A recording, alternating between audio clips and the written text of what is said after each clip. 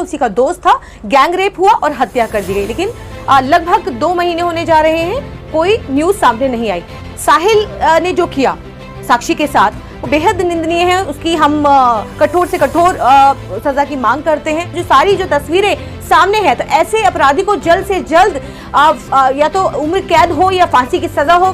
2012 के बाद लगातार इस तरीके के मामले आते रहे, लेकिन क्योंकि उस लड़के का नाम साहिल है तो उसको धर्म से जोड़ करके, क्योंकि एक मुसलमान है और धर्म से जोड़ करके उस स्टोरी को चलाई जाती है ताकि हिंदू मुसलमान बहुत आसानी से किया जा सके। तो दलित है तो मुद्दा बनेगा, मुसलमान है तो मुद्दा बनेगा, अगर वो दलित और मुसलमान नहीं है तो फिर मुद्दा ही नहीं। शर्मिंदगी हुई उस वीडियो को देखकर कि इतने लोग उधर से गुजरे, लेकिन किसी ने साहस नहीं किया, किसी ने हिम्मत नहीं दिखाई कि आगे आकर के उस लड़के को, 20 साल का लड़का है, 20-22 साल का लड़का है, उसको रोकने की कोई कोशिश करता। पिछले दिनों आफ्ताब और श्रद्धा का मामला सामने आया था, क्योंकि आफ्ताब पारसी निकला, मुसलमान नहीं था, नाम आफ्ताब सुनकर के मीडिया उछल पड़ी। 32,000 लड़कियों की बात करता है, वहीं गुजरात के अंदर 40,000 लड़कियां गायब है, उसकी कोई चर्चा नहीं है। हमने ये भी देखा है कि बिल्किस बानो के आरोपियों को किस तरीके से छोड़ करके टिकट दिया जाता है, फूलमाला से स्वागत किया जाता है, तो उनकी जुबान फिसली और उन्होंने राष्ट्रपति कह दिया, महामहिम राष्ट्रपति को। तो उस वक्त जो है वो स्मृति ईरानी को महिला सम्मान याद आया, लेकिन नई संसद का उद्घाटन होता, उसमें महामहिम राष्ट्रपति को नहीं बुलाया जाता, उसमें उनको कोई अपमान नजर नहीं आता। जिनके सीने पर मेडल होता है, उनके सीनों पर जूतों से लाठियों से उनको किस तरीके से खदेड़ा गया, वो पूरे देश ने देखा। काम कीजिए, आप गंगा में प्रवाहित मत करिए अपने मेडल को, जो वो गंगा में प्रवाहित करेंगे कि हमें इस मेडल की कोई जरूरत नहीं और हमारी जिंदगी का जीने का भी कोई अधिकार नहीं। ये भी बताइए देश को और उन तमाम बेटियों को बताइए कि जो न्याय के लिए न्यायपालिका पे भरोसा किए हुए हैं, उनको ये भी बताइए कि किस तरीके से इस तरीके के जो एंकर मक्कार, धोखेबाज और इस चाटुकार और गुलाम एंकर जो कहते हैं उन बेटियों को कि अगर आपको न्याय चाहिए तो आप एक काम कीजिए कि मेडल को गंगा में मत प्रवाहित करिए।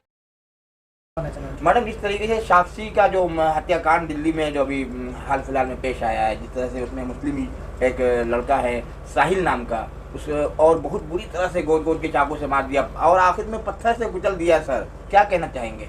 देखिए, दिल्ली के अंदर जिस तरीके की दरिंदगी लगातार हो रही है, ये कोई पहला केस नहीं है कि जो हमारे सामने आया है, लगातार हम देखते रहे हैं। हाल ही में आपको शायद नहीं मालूम होगा, लेकिन मैं आपको बताती हूँ कि एमिटी यूनिवर्सिटी के अंदर एक बेटी को इसी तरीके से टुकड़े टुकड़े करके उसकी हत्या कर दी गई, लेकिन जो मारने वाला था, जो दुष्कर्म करने वाला जो लड़का था, वो उसी कॉलेज का उसी का साथी था, उसी का दोस्त था, गैंग रेप हुआ और हत्या कर दी गई। लेकिन लगभग 2 महीने होने जा रहे हैं, कोई न्यूज़ सामने नहीं आई।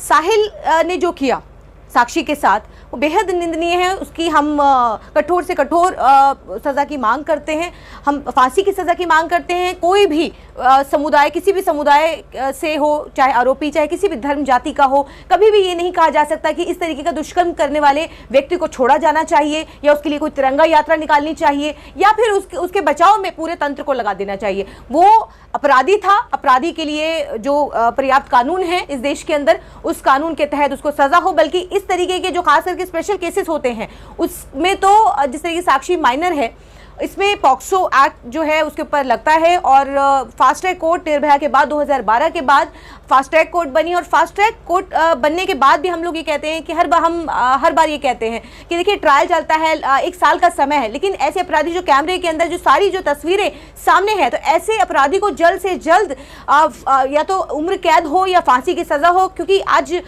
लगातार इस तरीके के केसेस आते हैं, जब तक डेटरेंस नहीं आएगा तब तक देखिए न्याय भी हम देखते हैं कि न्याय मिलने में कितना वक्त लगता है। तो डेटरेंस लाना बहुत जरूरी है। हर किसी की मांग है कि ऐसे हत्यारे को, ऐसे आदमी को फांसी की सजा कम से कम होनी चाहिए। ऐसे अपराध को, जघन्य अपराध जो होते हैं, केवल अपराध के तौर पर नहीं देखा जाता, लव जिहाद का एंगल दे दिया जाता है, मीडिया डिबेट चलती है और एक टेंस का माहौल बना दिया जाता है पूरे देश में। देखिए, सही कह रहे हैं कि जिस तरीके से आपने देखा और मैंने अभी कहा कि कोई ये पहला मामला नहीं है। 2012 के बाद लगातार इस तरीके के मामले आते रहे, लेकिन क्योंकि उस लड़के का नाम साहिल है तो उसको धर्म से जोड़ करके, क्योंकि एक मुसलमान है और धर्म से जोड़ करके उस स्टोरी को चलाई जाती है ताकि हिंदू मुसलमान बहुत आसानी से किया जा सके। क्योंकि बिना उसके तो देश के अंदर कोई मुद्दा ही नहीं है। जब तक किसी व्यक्ति के अंदर अगर आप धर्म जाति नहीं देखेंगे, क्योंकि अगर वो दलित है तो मुद्दा बनेगा, मुसलमान है तो मुद्दा बनेगा, अगर वो दलित और मुसलमान नहीं है तो फिर मुद्दा ही नहीं है। तो 2012 के बाद आप बताइए कि कितने ऐसे केसेस हैं जहां पर आप ये लव जिहाद की बात करते हैं। सिर्फ लव जिहाद जैसे मुद्दे सिर्फ देश के अंदर रह गए हैं क्या? एक लड़का मुसलमान है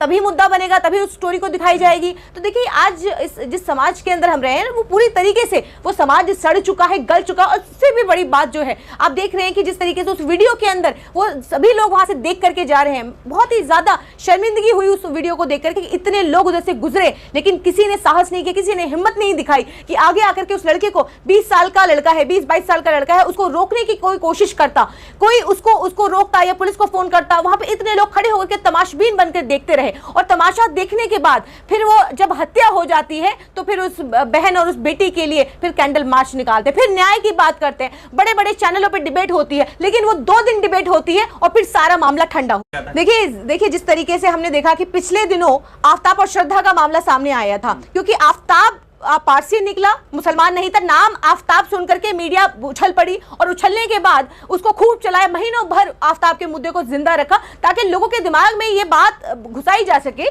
कि देखिए एक मुसलमान किस तरीके से बलात्कार करता है, फिर हत्या करता है। लेकिन इस बीच में आपको याद दिलाना चाहूंगी कि केरला स्टोरी जो एक फिल्म है जिसकी एक चुनावी रैली के दौरान प्रधानमंत्री जी ने भी कहा कि इस मूवी को देखना चाहिए, सभी को देखना चाहिए। एक केरला स्टेट को बदनाम करने के लिए सिर्फ 3 लड़कियों के ऊपर यह स्टोरी है, जबकि डायरेक्टर और प्रोड्यूसर 32,000 लड़कियों की बात करता है। वहीं गुजरात के अंदर 40,000 लड़कियां गायब हैं, उसकी कोई चर्चा नहीं है। लेकिन फिर जब सुप्रीम कोर्ट सबूत मांगता है, कहता है वो आंकड़े पेश करिए कि जो केरला स्टोरी है, केरला स्टोरी के अंदर जो आपने 32,000 जो कैप्शन के अंदर आपने 32,000 लड़कियों का जिक्र किया, वो डेटा कहां है? तो फिर वो उसको डिलीट कर दिया जाता है, कोर्ट से माफी मांगी जाती है और माफी मांग करके उस कैप्शन को हटाया जाता है, फिर कहा जाता है वो 3 लड़की की कहानी है। और आप अगर बात करते हैं बृजभूषण शरण सिंह की, वो एक सांसद है, आपको मालूम होना चाहिए इस देश के अंदर किसकी सरकार है, भारतीय जनता पार्टी की सरकार है। तो जब भारतीय जनता पार्टी की सरकार है तो हमने ये भी देखा है कि इसी भारतीय जनता पार्टी के सांसद और विधायकों के लिए पूरा तंत्र किस तरीके से लगाया जाता है, किस तरीके से तिरंगा यात्रा निकाली जाती है। हमने ये भी देखा है कि बिल्किस बानो के आरोपियों को किस तरीके से छोड़ करके टिकट दिया जाता है, फूलमाला से स्वागत किया जाता है। तो हम ये कैसे उम्मीद करें कि जो 1.5 महीने से जो रेसलर वहां पे बहनें बैठी हैं उनको न्याय मिलेगा, बृजभूषण शरण सिंह को सजा मिलेगी, वो जेल की सलाखों के पीछे जाएंगे, क्योंकि पूरा तंत्र उनके साथ है। नई संसद का निर्माण होता है, नई संसद का उद्घाटन करते हैं और वो बृजभूषण शरण जो अपराधी है, वो अपराधी जाकर नई संसद में बैठता है, तालियां बजाता, खुश होता है और चढ़ाता है। तो देखिए इस तरीके से अगर आप ये समझते हैं कि भारतीय जनता पार्टी के किसी भी विधायक, मंत्री, किसी सांसद को, क्योंकि तमाम जो महिला मंत्री हैं वो तो मौन हैं, वो तो चुप्पी साधे हुए हैं। स्मृति ईरानी कर रहे हैं तो भाग रही है मैडम। स्मृति वो तो एथलीट की तरह आपने देखा कि स्मृति ईरानी जो बात बात पर 50 पैसा जब सिलेंडर पर गैस का दाम बढ़ता था तो वो प्याज और टमाटर और वो आलू की माला पहनकर घूमती थी और कहती थी देखिए चूड़ियां मैं प्रधानमंत्री को भेजना चाहती हूं। और जब आज महंगाई की हालत ये है कि पेट्रोल, डीजल और यहाँ घर के जो गैस के दाम है जिस तरीके से बढ़ रहे हैं, आज वो मौन है। बेटियां जंतर मंतर पर न्याय मांग रही है, 1.5 महीने से वहां पर है, लेकिन कोई महिला मंत्री, कोई विधायक वहां पर नहीं पहुंचती कि उनके साथ जाके खड़े हो, उनको कहें, उनको तसल्ली दे, उनको भरोसा दे कि कोई भी अगर अपराधी है, अगर किसी ने कोई अपराध किया है तो उसको बख्शा नहीं जाएगा, उसको छोड़ा नहीं जाएगा। अरे आप तो अपनी ही लाइन पर नहीं है जो कहते हैं बेटी बचाओ बेटी पढ़ाओ, आज इनसे बेटियां बचाने की जरूरत है। आज आप बात करते हैं कि आप जो एथलीट, जो भागी मीनाक्षी लेखी जो एथलीट बन गई, तो देखिए ये तो साफ साफ जाहिर है कि जो एक बहन कि जिस तरीके से वो पत्रकारिता कर रही थी, सलाम है उस बहन को कि जिस साहस से उन्होंने वो सवाल करने का, उस सांसद मंत्री से साहस किया, तो देखिए ये अपने आप में बहुत बड़ी बात है कि वो भागती हुई इस पत्रकार से नजर आई। क्योंकि देखिए जिंदा पत्रकारिता इसे कहते हैं, जब आप सवाल करेंगे, जब आप उनको आईना दिखाएंगे तो वो भाग खड़े होंगे। इसी तरीके से वो भागती हुई नजर आई स्मृति ईरानी। देखिए चुप है, खामोश है। जो संसद के अंदर जो एक हमारे कांग्रेस की अधीर रंजन चौधरी जी जब कांग्रेस सदन के अंदर बोल रहे थे तो उनकी जुबान फिसली और उन्होंने राष्ट्रपति कह दिया, महामहिम राष्ट्रपति को। तो उस वक्त जो है वो स्मृति ईरानी को महिला सम्मान याद आया, लेकिन नई संसद का उद्घाटन होता, उसमें महामहिम राष्ट्रपति को नहीं बुलाया जाता, उसमें उनको कोई अपमान नजर नहीं आता। 1.5 महीने से वो बेटियां बैठी हैं, उनको उसमें कोई अपमान नजर नहीं आता। उनको किसमें अपमान नजर आएगा? मीडिया क्या चलाता है? प्रधानमंत्री भावुक हुए साहिल के मुद्दे पर, जब साहिल की बात आई क्योंकि वो एक मुसलमान है। प्रधानमंत्री जी को केरला स्टोरी नजर आती है जो 3 लड़कियों की घटना, कहते हैं कि मुसलमान लड़के ब्रेन वॉश करते हैं, मुसलमान लड़के। लोग कह रहे हैं केरला स्टोरी को साबित किया है साहिल ने। देखिए इस तरीके के मैं फिर से कहूंगी कि इस तरीके का मुद्दा या इस तरीके की जो घटनाएं हैं वो पहली बार नहीं आई है सामने, और देश के अंदर हर दूसरे मिनट एक लड़की के साथ दुष्कर्म होता है और एक लड़की इसी तरीके से मारी जाती है। लेकिन कितनी स्टोरी मीडिया दिखाते हैं, क्योंकि पूरा जो देश का बड़ा मीडिया है वो पूरी तरीके से चाटुकार बन चुका है, पूरी तरीके से गुलाम बन चुका है। जो बेटी बचाओ बेटी पढ़ाओ की बात करते हैं, आज वही बेटी, उन्हीं बेटियों को कुचलने का काम कौन कर रहा है? प्रधानमंत्री जी की पुलिस कर रही है।